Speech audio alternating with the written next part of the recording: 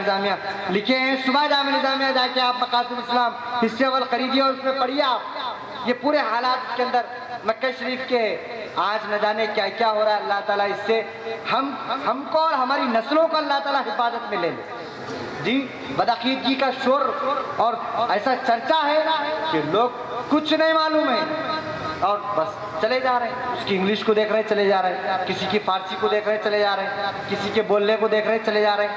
ارے coat pant پہنا ہوا ہے، ٹائی لگا ہوا ہے، سمجھ میں نہیں آ رہا۔ ہمارے مولانا عبدالقادر صدیقی صاحب اپنی ٹوپی نکال لیتے، یہ شیروانی نکال کے کوٹ پینٹ پہن کے ٹائی لگا کے آتے، نماز پڑھانے دیتے آپ؟ اگر چھوٹا بچہ بھی ہے تو ٹائی پکڑ کے کھینچ لیتا پیچھے سے، مولانا یہ ٹائی لگانا مسلمانوں کا شیوانی ہے، ارے یہ عیسائیت کی دلیل ہے۔ یہ ہمارے ہندو بھائی ہے، وہ مذہب کو مانتے ہیں، ان کے لیے وہ کیا بولتے مبارک ہے، مگر ان کی نشانی کیا ہے؟ بٹو لگاتے، مسلمان ٹوپی لگاتے، اور عیسائیاں کیا کرتے؟ عیسیٰ علیہ السلام کو سولی دی گئی بول کے وہ ٹائی لگاتے، وہ یاد میں ان کی مذہبی نشانی ہے۔ جیسا ہندو بھائیاں بٹو لگاتے، مسلمان ٹوپیاں لگاتے، عیسائیت کی نشانی کیا ہے؟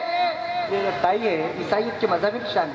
بھئی تم مصعب جو ہے نا بٹو لگا کے آتے نماز پڑھانے، پڑھانے تھے آپ نماز نہیں پڑھانے کئی کو، تو ٹائی لگا کے مسئلے بیان کر رہا ہوں، اس کی پیچھے جاری قوم ہماری اندھی قوم عیسائیت، بلکہ بولتے لوگ آتے گستاخی کرتے وہ ناجائز رہتے بول کے۔ میں کھلا نہیں بولتا، یہ مبارک اسٹیج ہے، اب بات کو سمجھ جاؤ، میں ڈیش چھوڑ دے رہا ہوں، اس کو پورا کر لو کھانا، سمجھ میں آئی بات؟ تو یہ معاملہ ہے۔ بانی جامع علیہ رحمت اللہ تحریر فرمائی، باضابطہ کعبۃ اللہ کا جو ممبر ہے اس ممبر پر خطیب کھڑے ہو کے خطبہ عید میلاد پڑھتا۔ ہم سنی حضرات اہل سنت و جماعت کے لوگ کیا سمجھتے ہیں میلاد النبی کو؟ کیا بولتے ہیں یہ کون سی یہ کیا ہے؟ اب یہ جو 12 تاریخ کو جو دن آنے والا ہے کون سا دن ہے بولیے آپ؟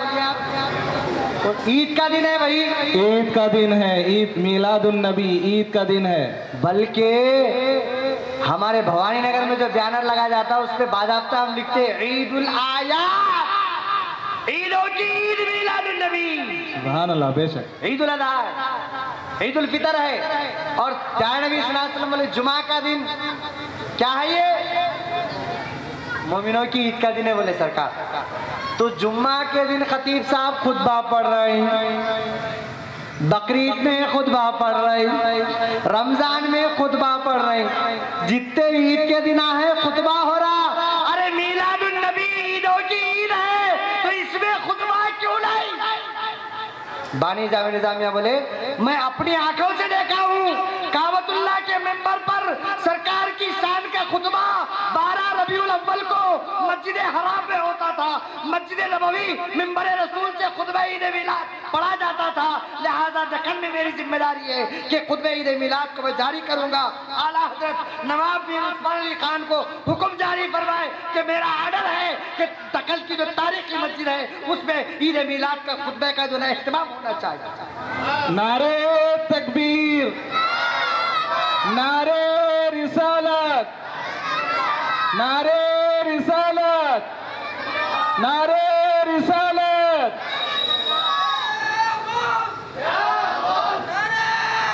یا غوث، نعرہ حیدری۔ تو آج بھی مکہ مسجد میں بانی جامع نظامیہ علیہ رحمہ کا شروع کردہ خطبہ عید میلاد پڑھا جاتا ہے۔ تو یہ کام ہر مسجد میں ہونا چاہیے، کیونکہ اب خاموش بیٹھنے کا وقت نہیں ہے، بہت خاموش بیٹھ گئے بابا، اب ہم جاگ گئے ہیں، اب تم کو گلیاں چھوڑ کے بھاگنا پڑے گا جی، گلیاں چھوڑ کے بھاگنا پڑے گا۔ تو محترم سامعین کرام، یہ معاملہ ہے کہ عید میلاد پیارے نبی صلی اللہ علیہ وسلم آپ کی ولادت کا موقع ہے، ولادت کا موقع ہے، دنیا سجی ہوئی ہے۔ آپ کی امی جان فرماتی ہیں کہ جب میرا بیٹا پیدا ہوا تو میں کیا دیکھتی ہوں کہ میرا بچہ سجدے کی حالت میں ہے۔ سرکار جب پیدا ہوئے کون سی حالت میں تھے؟ سجدے کی حالت میں، سجدے کی حالت میں صاحب۔ تو بی بی آمنہ رضی اللہ تعالیٰ عنہ ارشاد فرماتی ہیں کہ سجدے کی حالت میں میرا بچہ ہے، میں قریب جا کر دیکھی تو اس کے ہونٹ بھی ہل رہے ہیں سجدے میں، حالت سجدے کی ہے اور ہونٹ بھی ہل رہے ہیں کہ کیا بول رہا بچہ، پیدا ہوا بچہ سجدے میں۔ کسی بچے کو دیکھیں آپ، دنیا کے پورے بچے روتے ہوئے پیدا ہوتے، مگر ہمارے آقا کیسا پیدا ہوئے؟ اللہ کو سجدہ کرتے ہوئے پیدا ہوئے۔ آپ فرماتی ہیں کہ بچہ میرا سجدے میں ہے تو ہونٹ ہل رہے ہیں، تو میں دیکھی کہ کیا بول رہا ہے میرا بچہ، سننے کے لیے اپنے کان کو قریب کی تو میرے بچے کے ہونٹوں سے آواز آ رہی تھی، یا رب امتی، یا رب امتی، اے میرے پروردگار میری امت کو بچا لے، ربی حبلی امتی، ربی حبلی امتی، اے اللہ میری امت کا معاملہ خیر خوبی کے ساتھ فرما، میری امت کو میرے حوالے فرما، میری امت پر رحم فرما۔ سرکار اپنی امتیوں کو یاد کرتے ہوئے، ان کی بخشش کی دعا کرتے ہوئے دنیا میں تشریف لائے۔ سامعین حضرات، پیارے نبی صلی اللہ علیہ وسلم، تفصیلات بہت ہے صاحب، سیدھا میں آپ کے سامنے عرض کر رہا ہوں کہ سیدنا بی بی حلیمہ رضی اللہ تعالیٰ نے آپ کو گود لی، وہاں سے مقام سعد کو گئے تو کیا ہوا کہ سارے گھر میں، آپ کے خاندان میں، بلکہ وہ علاقے میں بھی سارے علاقوں میں قحط سالی تھی، تو گھر میں پہنچے۔ گھر میں پہنچنے کے بعد آپ کے شوہر بکریوں سے دودھ دوہنے کے لیے جب چھوٹا سا کٹورا لے کے پہنچے تو دودھ دوہنا شروع کیا تو وہ دودھ کا کٹورا بھر گیا، دودھ ابھی نکل رہا، اس سے بڑا کٹورا لے گئے، وہ بھی بھر گیا، دودھ ابھی نکل رہا، اس سے بڑا کٹورا لے گئے، اس سے بڑا گھڑا لے گئے، گھڑے بھرتے جا رہے اور وہ دودھ نکلتے ہی جا رہا ہے۔ ایسی برکت اللہ تبارک و تعالیٰ پیارے نبی صلی اللہ علیہ وسلم کے آپ کے گھر میں تشریف لے جانے کی وجہ سے پیدا فرمایا۔ تو کسی شاعر نے کہا، ظاہر میں حلیمہ نے سرکار کو پالا ہے۔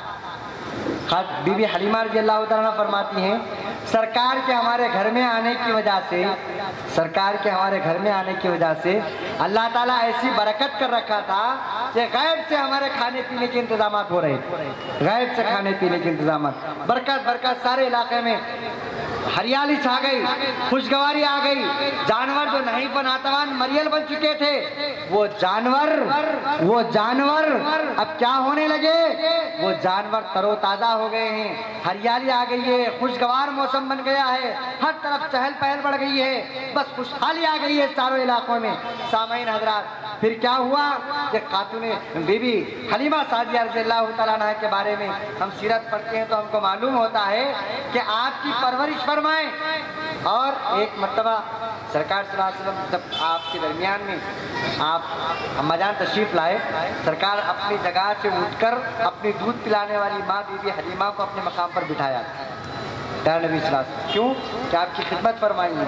تو ہم یہ کہتے ہیں کہ بی بی حلیمہ نے سرکار کو پالا ہے، مگر بی بی حلیمہ کیا کہتی ہے کہ ظاہر میں حلیمہ نے سرکار کو پالا ہے، سچ یہ ہے حلیمہ کو سرکار نے پالا ہے، سبحان اللہ، سچ یہ ہے حلیمہ کو سرکار نے پالا ہے کہ آپ کے جانے کی وجہ سے ایسی برکتیں اللہ تعالیٰ پیدا فرمایا تھا کہ سارے علاقے میں برکتیں ہی برکتیں۔ حضرت بی بی حلیمہ رضی اللہ عنہ کا گزر بسر بالکل آسانی سے ہونا شروع ہو گیا۔ تو بھائی سامعین حضرات، کہ اب پیارے نبی صلی اللہ علیہ وسلم ہمارے لیے رحمت بن کر آئے ہیں، آپ کی ولادت مبارکہ کا ہم جلسہ منا رہے ہیں۔ یہ جو جلسے ہوتے ہیں، ایک تو سب میں پہلے عقائد کی اصلاح اور دوسرے اعمال کی اصلاح۔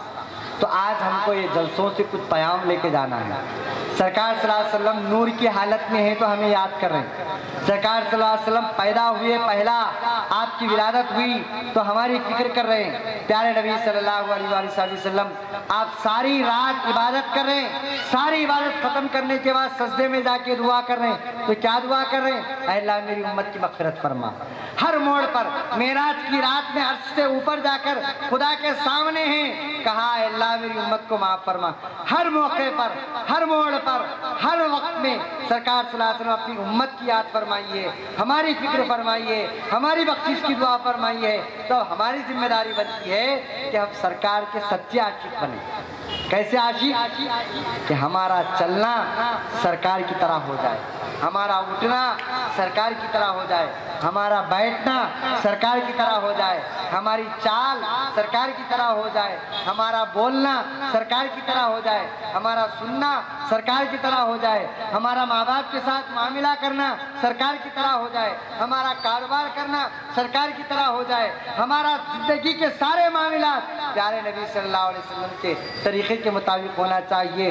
میں اس جلسے سے آپ تمامی حضرات سے خواہش کرتا ہوں کہ جلسے تو بہت ہوتے ہیں، مگر جلسوں میں آنے کے بعد آپ یہ مت امید رکھیے کہ یہ مولانا اچھی تقریر کریں گے۔ کوئی مقرری یہ نہیں چاہتا کہ میری واہ واہ ہو، کوئی مولانا یہ نہیں چاہتے کہ اس کی تعریف کی جائے۔ اگر مولانا کی تقریر سن کر آپ اپنے عقائد کی اصلاح کرتے ہیں، آپ اپنے اعمال کی اصلاح کرتے ہیں، تو یہ ان کے لیے توش آخرت ہے اور سب میں بڑا شرف ہے۔ کوئی واہ واہ کے لیے نہیں بولتا، کوئی اپنی تعریف نہیں چاہتا۔ آج ہم کو بدلنے کی ضرورت ہے، آج ہم کو اپنا کردار زمانے کے سامنے پیش کرنے کی ضرورت ہے۔ حضرت سیدنا محدث دکن عبداللہ شاہ صاحب نقشبندی قادری مجددی علیہ رحمہ سے کسی نے سوال کیا کہ حضرت مجھے کوئی ایسا وظیفہ بتائیے کہ جس کو پڑھنے سے خواب میں پیارے آقا صلی اللہ علیہ وسلم کا دیدار ہو جائے۔ آپ چاہتے ہیں یا نہیں چاہتے؟ کون کون چاہتے؟ ذرا ہاتھ اٹھاؤ، بزرگا بھی ہے، معافی چاہتا ہوں میں، سب جنے چاہتے ہیں ماشاءاللہ، ہاتھ رکھ دیجیے۔ اب میری بات کو غور سے سنو۔